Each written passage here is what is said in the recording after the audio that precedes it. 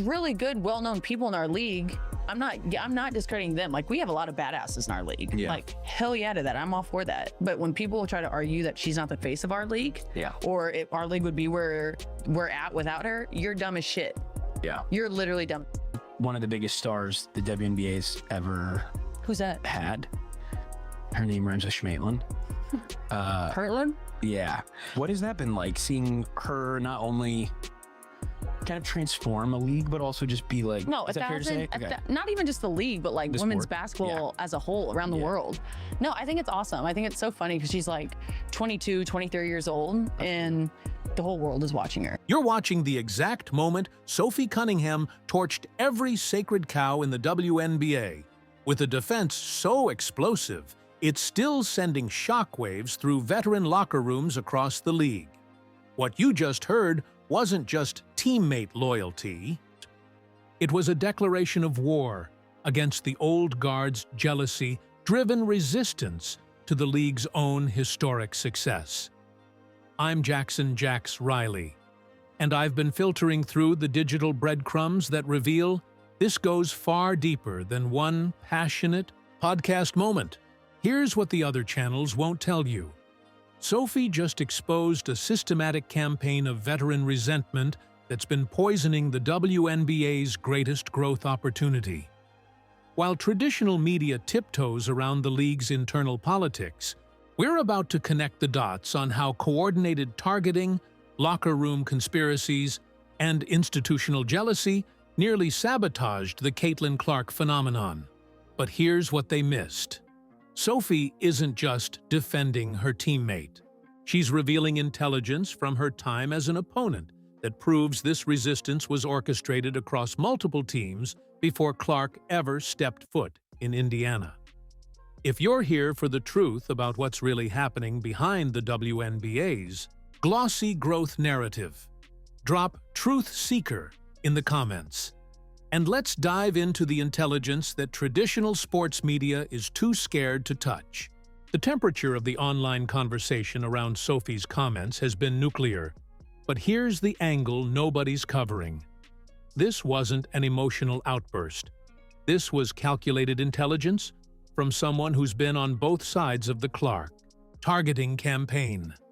Sophie spent 2 seasons watching Phoenix teammates plot strategies specifically designed to toughen up Clark.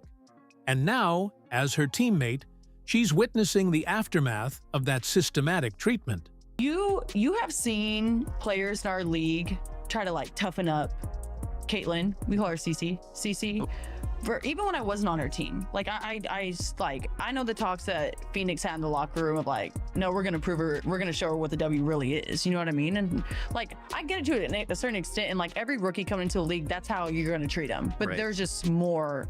So it's her second year, and like now being on her team and like seeing it, I'm like, what are people doing? Like, actually, it's just too much. Yeah. And like, it's just, I'm over. And if I'm saying it's too much, that revelation right there. That's the smoking gun that proves what Clark fans have been saying for months. The targeting wasn't coincidental. Sophie just confirmed that opposing locker rooms held strategy sessions specifically focused on proving to Clark what the W really is. But the story doesn't end there, because Sophie's defense goes beyond just exposing the targeting conspiracy. The deeper intelligence reveals how veteran jealousy became institutionalized resistance to the league's own success.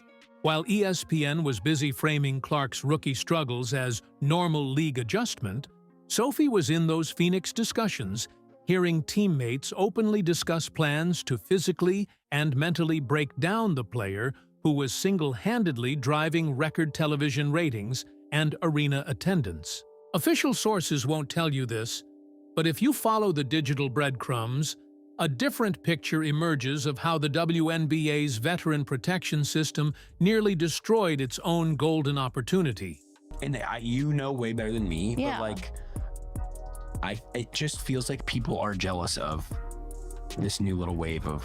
They are, but I just hate that because like, this is what we've always wanted as a league. So like, who cares who gets the credit? And if you're smart, you're making money off of them. Yeah. Like, you are literally making money from the viewership. And why bully the person who is like not 100% responsible, but like has a huge role in growing your sport. Dude, and it literally like pisses me off when people are like, she's not the face of the league.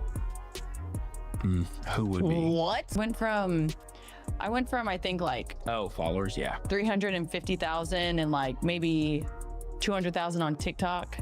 You had 200,000 on TikTok a month ago? No, I before the fight. Before the fight, and then I had like 350 on 100,000 on Instagram. Over the night, or over like a day and a half, over 1 million on both. Insane. This is coming from me though, dude. I got tired of seeing myself. I get it. And I love myself. I get it. I love myself. I was over it. Reading the signals in Sophie's explosive growth, numbers tells us everything about fan appetite for this level of truth-telling. When she calls out the jealousy directly and defends the new wave that traditional veterans are resisting, her follower count explodes because she's validating what millions of new fans have been feeling but couldn't articulate. Here's what the establishment media doesn't want you to notice. Sophie's numbers prove that authentic player voices defending Clark generate more engagement than all the ESPN analysis combined.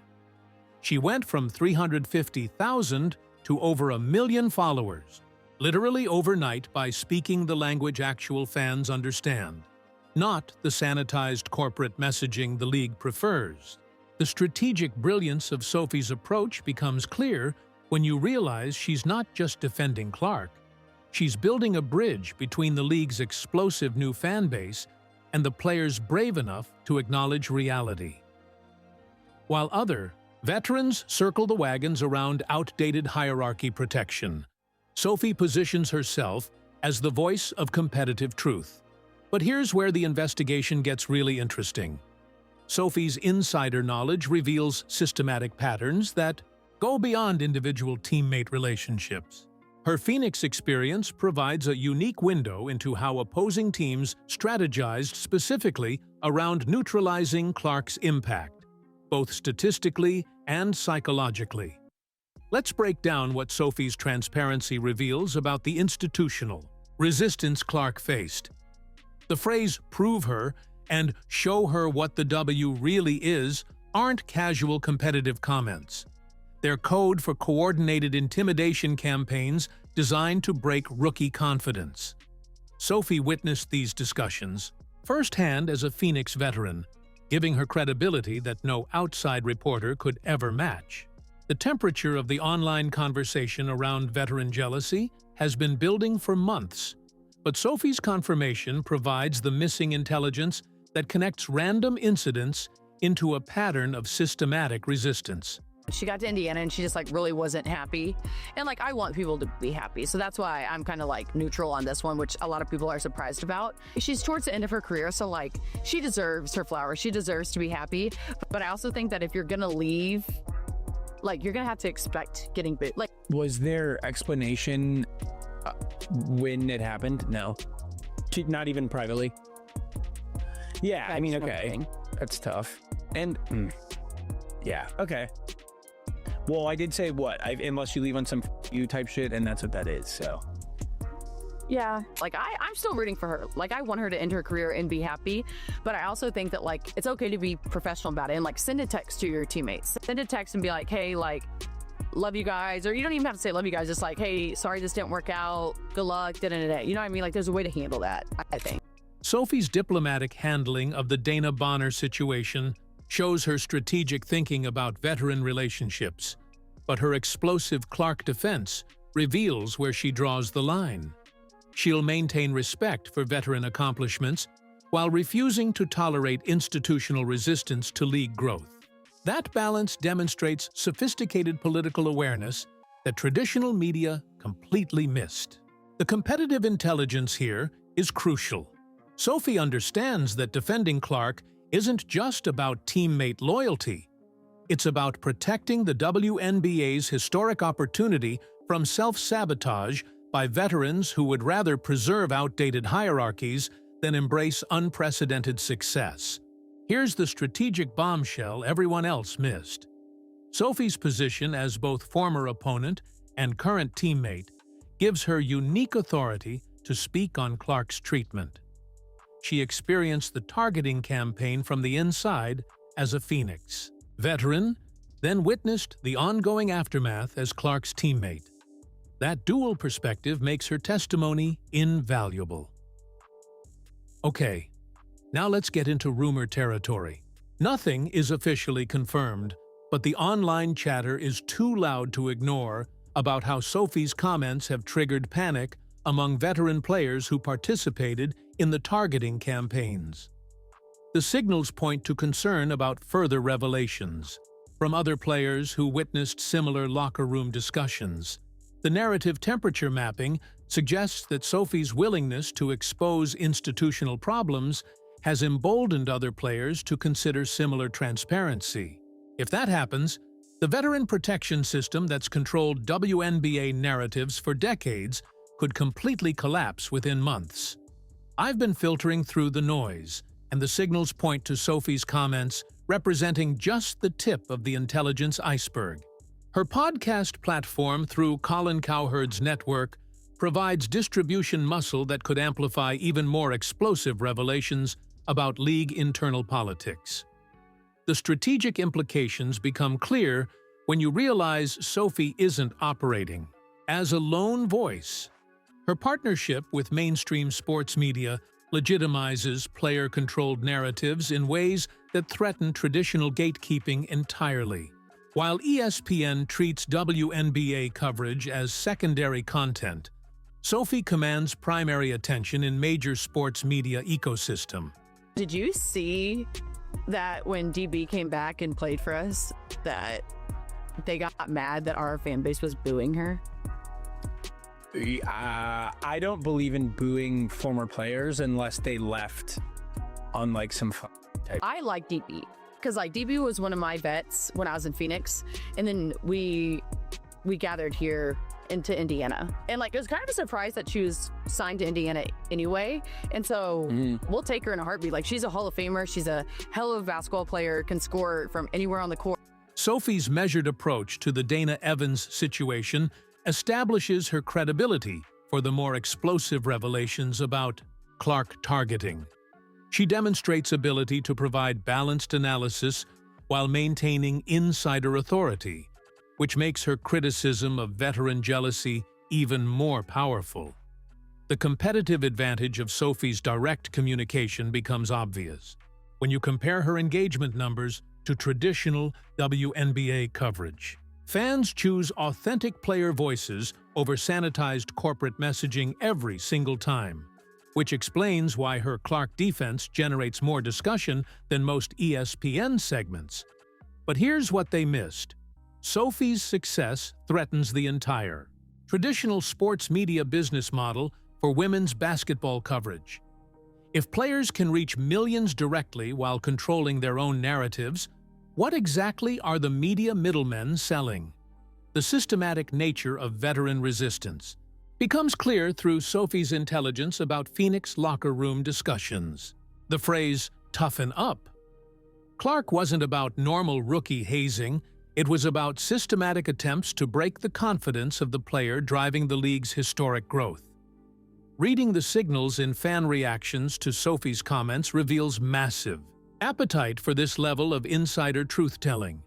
Comments consistently praise her authenticity while expressing frustration with corporate-approved WNBA messaging that refuses to acknowledge obvious internal conflicts. The strategic positioning of Sophie's defense couldn't be better timed. As Clark's teammate, she has daily evidence of ongoing targeting effects, while her Phoenix experience provides historical context about how the campaign developed. That combination of current observation and historical intelligence makes her testimony devastating. Like, I'm not saying that your job is easy, but when it is a simple call right in front of your face multiple times, what are you doing? What are you doing? What call are you like bugged out? All of them. Most? Everything? Like, it's just like they're just so inconsistent. Like, that's my thing. Like, if you're on the other team and you're gonna be finding this shit out of me, yeah, cool. But let me do it to you. Let you, yeah. You know what I mean? You want Like, consistency then. yeah, like just give. And I think that's players across the league and like new fans across our the country, like everyone's like, what is going on with the refs? And I'm like, I don't know. And you finding me $500 is not going to do shit. Sophie's referee criticism demonstrates how her authenticity extends beyond player relationships into institutional problems. Her dismissive attitude toward league fines, "You fining me $500 is not going to do shit," shows complete disregard for traditional control mechanisms that kept players silent about systemic issues. The connection between referee inconsistency and veteran targeting becomes clear when you realize both represent institutional resistance to change. Officials who allow excessive physicality against Clark while calling soft fouls on established. Veterans are participating in the same hierarchy protection system that Sophie's exposing. Official sources won't tell you this, but if you follow the digital breadcrumbs, the pattern emerges of systematic attempts to limit Clark's impact through both player intimidation and officiating bias. Sophie's willingness to call out both issues simultaneously reveals sophisticated understanding of institutional coordination. That brings us to the inevitable question: how many other current players witnessed similar targeting? Discussions, but lack Sophie's platform or courage to speak publicly. The intelligence suggests this goes far beyond Phoenix team meetings into league-wide institutional resistance. The temperature of the online conversation around Sophie's comments indicates massive fan appreciation for someone finally confirming what they've been observing for months. Traditional media's reluctance to investigate these patterns only amplifies Sophie's credibility when she provides direct testimony. Here's where the investigation gets really explosive. Sophie's comments about veteran jealousy toward the new wave reveal institutional resistance that goes beyond individual player relationships into league-wide cultural problems. When she says veterans are jealous, she's diagnosing systematic pathology that threatens continued growth. The strategic brilliance of Sophie's Clark defense becomes obvious when you realize she's speaking directly to the millions of new fans who feel alienated by traditional WNBA cultural messaging. While league officials promote respect for veterans' narratives, Sophie validates new fan frustrations about obvious institutional bias. But the story doesn't end there. Because Sophie's platform through Colin Cowherd's network positions her comments in mainstream sports territory where WNBA veterans can't control the conversation. Traditional women's basketball media might ignore her revelations, but major sports platforms amplify them to massive audiences. The competitive intelligence reveals how Sophie's success model threatens traditional player-media relationships across women's basketball. If other players follow her direct communication approach, the gatekeeping function of traditional sports journalism becomes obsolete. I've been connecting the dots on how Sophie's veterans' criticism connects to broader institutional resistance, patterns, and the signals point to systematic cultural problems that go far beyond individual jealousy. Her comments reveal organizational dysfunction that could explain why WNBA growth has been artificially limited despite massive fan demand. So what's fact and what's speculation? Let's break it down systematically. Sophie's Phoenix locker room. Revelations are first-hand testimony that proves coordinated targeting discussions occurred. Her explosive social media growth demonstrates massive fan appetite for authentic player perspectives that traditional media doesn't provide. The veteran jealousy diagnosis is Sophie's direct observation as both opponent and teammate, giving her unique credibility to speak on institutional dynamics. Her dismissal of league discipline reveals complete breakdown of traditional control mechanisms that kept players silent about systematic problems. The strategic implications for competitive content creation become clear. Sophie's success proves that insider intelligence about league institutional problems generates massive engagement when delivered authentically. Traditional media's refusal to investigate these patterns creates enormous opportunities for creators willing to connect the dots. There's a couple girls in it Dumb too. question. Like, if someone were to, like, say someone called men's basketball their whole life and then went over to women's, would they be expected to call the game differently?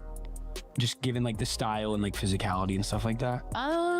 Thing that I have the biggest issue about the female sides of refs is, like, they're so emotional. Like, the guys, no, the NBA officials, like, the NBA players fuck those officials like no. Oh, other. yeah. Like, I've worked broadcast, I've been to games, I'm friends with these people. They fuck them. Yeah. And the only person that I've ever seen able to, like, mother a ref on the women's side is Diana Taurasi. And they, like, take it. Yeah, they had to. Yeah, they have and, to. like, but when she's probably one of the worst people that I've seen go after refs. Sophie's broadcast experience provides additional credibility for her institutional analysis, demonstrating she understands media dynamics from multiple perspectives. Her friendship with officials gives weight to her criticism of referee emotional investment, while her player perspective reveals systematic bias patterns.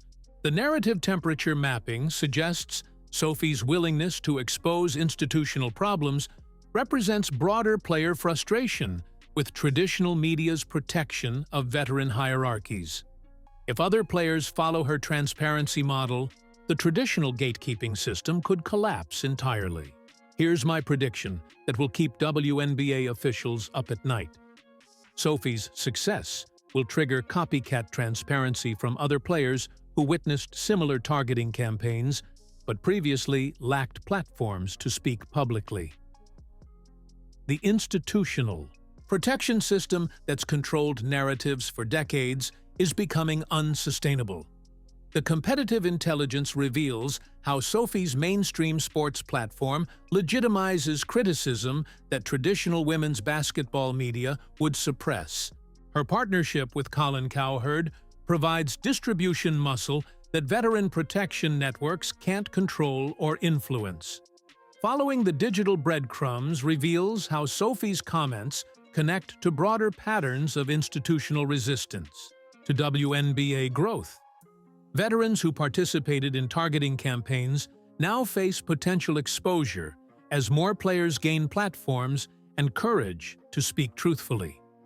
The temperature of the online conversation around veteran jealousy has reached critical mass with Sophie's comments, providing the missing intelligence that connects random incidents into systematic patterns. Traditional media's continued refusal to investigate these dynamics only amplifies alternative voices willing to pursue truth. What Sophie's explosive Clark defense really represents is the collapse of artificial scarcity around insider WNBA intelligence.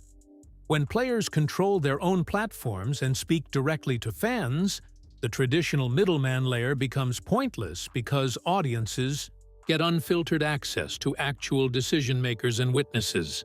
The strategic positioning couldn't be clearer.